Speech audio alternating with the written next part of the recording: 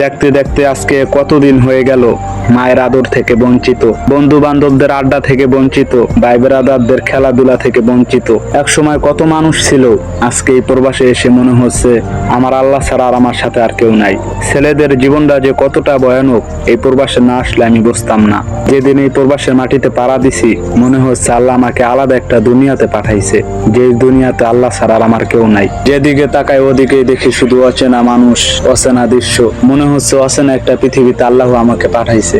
পাসপোর্টটা করলাম নিজের ইচ্ছায়, সবকিছুই করলাম নিজের ইচ্ছায়। বাসায় থেকে যখন বলছিল কিরে বিদেশ যাবি নাকি, আমি সেদিন খুশি মনে বলে দিছিলাম বিদেশ যামু, দেশে আর ভাল লাগে না। কিন্তু বিশ্বাস করেন ভাই, যেদিন টিকিটটা আমার হাতে দিয়ে বলল এই তারিখে তোর ফেলাই, সেদিন আমার মনটা পুরো ভাঙ্গা চুরমার হয়ে গেছিল। সেদিন বাসা থেকে বের হয়েছিলাম, ওদিনে আমার মনে হয়েছিল মনে হয় আমি সবাইকে ছেড়ে অনেক দূরে চলে যাচ্ছি, কোনোদিনও আর হয়তো বাসায় ফিরে যাইতে পারবো না।